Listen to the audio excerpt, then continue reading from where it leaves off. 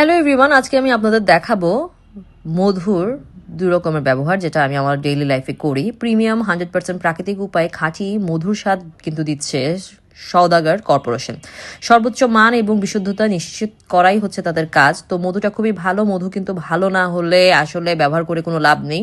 100% খাঁটি মধু, that's why আমি এভাবে করে পানির সাথে মিক্সড করে খেয়ে ফেলতেছি। এখানে কিন্তু চিয়া সিড আছে, তোকমা আছে, এবং সেটার সাথে মধু দিয়ে মিক্সড করে আমি সকালবেলা খালি পেটে নিয়ে, এটা আমার জন্য খুবই হেল্পফুল হয়। আমি অনেক বেশি সাহায্য পাই এটা ব্যবহার করে। আর খাঁটি মধু ছাড়া আসলে খেয়ে লাগিয়ে কোনো কিছু করেই কোনো কাজে দিবে না। সো আপনারা অবশ্যই নিশ্চিত হয়ে খাঁটি মধুই নেবেন।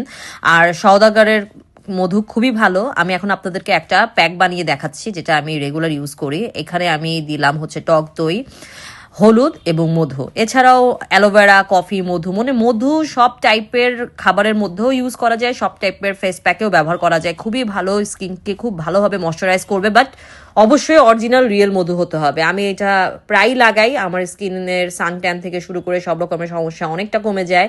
আমার হাজবেন্ডকেও লাগিয়ে দেই, আমি বলবো আপনাদেরকে ব্যবহার করার।